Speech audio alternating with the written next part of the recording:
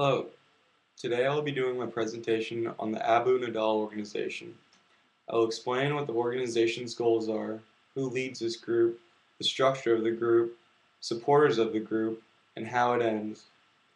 During the 1980s, Abu Nidal organization was one of the deadliest terrorist organizations. Since the beginning of Fatah's program, it has preached armed struggle as a driving force behind liberating Palestine. Abu Nidal once stated, "Our program is based off Fatah's program. Total destruction of the Zionist entity, participation in Arab unity, the path of pan-Arabism, building a democratic people's regime in which Palestine is homeland. In other words, our struggle is for the liberation of Palestine, in which we wish to establish a secular democratic state." He said about his belief, "Palestine fell in a storm of fire and lead, and as we know, lead is no ideology. Our principles are guns pointed at the enemy's chest." He was born in Palestine under the birth name Sabri al-Banna. In 1950, Nidal joined the Ba'ath Party, whose saying was unity, freedom, socialism. In 1967, Nidal became a member of the Palestine Liberation Organization, or the PLO. Nidal did not believe that Israel had any right to exist, and frankly, he did not care about the destruction of Israel by any means, especially armed violence. He hated the notion of negotiating the state that had stole his homeland. He believed that the only way was extermination. The Abu Nidal organization has two separate wings. The political wing, primary objective surrounds its information services, propaganda, and obtaining funds. It is also there to disperse the scholarship funds amongst loyal Palestinian students.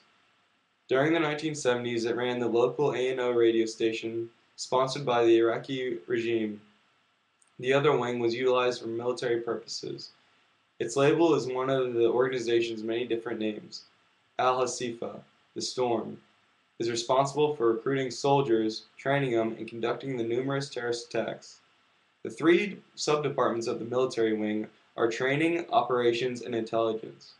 The intelligence department processes information gathered from across the world to try to differentiate targets from the innocent. The group's command structure consists of al-Banna and four former members of Arafat's Fata group.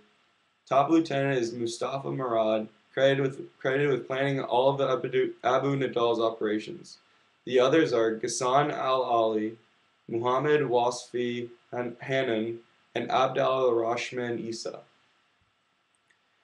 There are many ways that the organization receives funds, but its biggest support comes from the Iraqi, Syrian, and Libyan regimes and their intelligence services.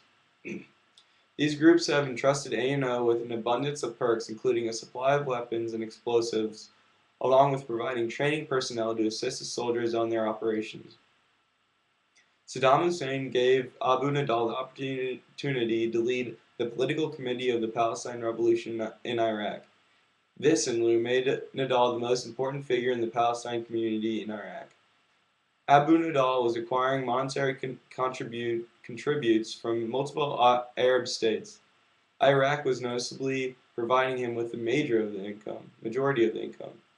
Syria was reported of granting the group with $1 million. Libya offered a few $100,000.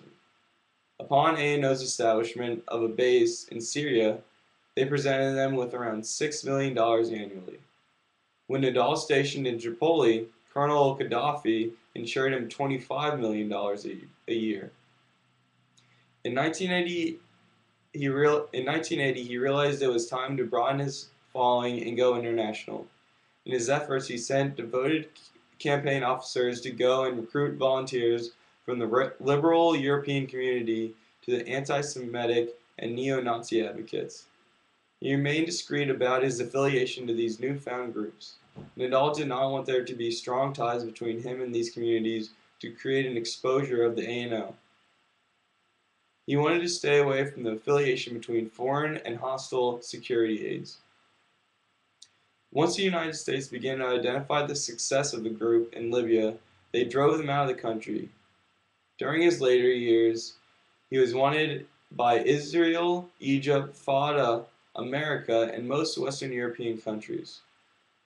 Reagan decided to act upon the matter and went after Muammar al-Gaddafi, the leader of Libya. Reagan thought it was unacceptable how Libya boldly encourages terrorism and organizations like Abu Nidal's. Abu Nidal passed away in 2002. It was said that he had committed suicide, but understandably there was a wide speculation throughout the ANO. It was considered that he was assassinated by order of Saddam Hussein. There is conjecture that Saddam did so to relieve the harassment during the first years on terror.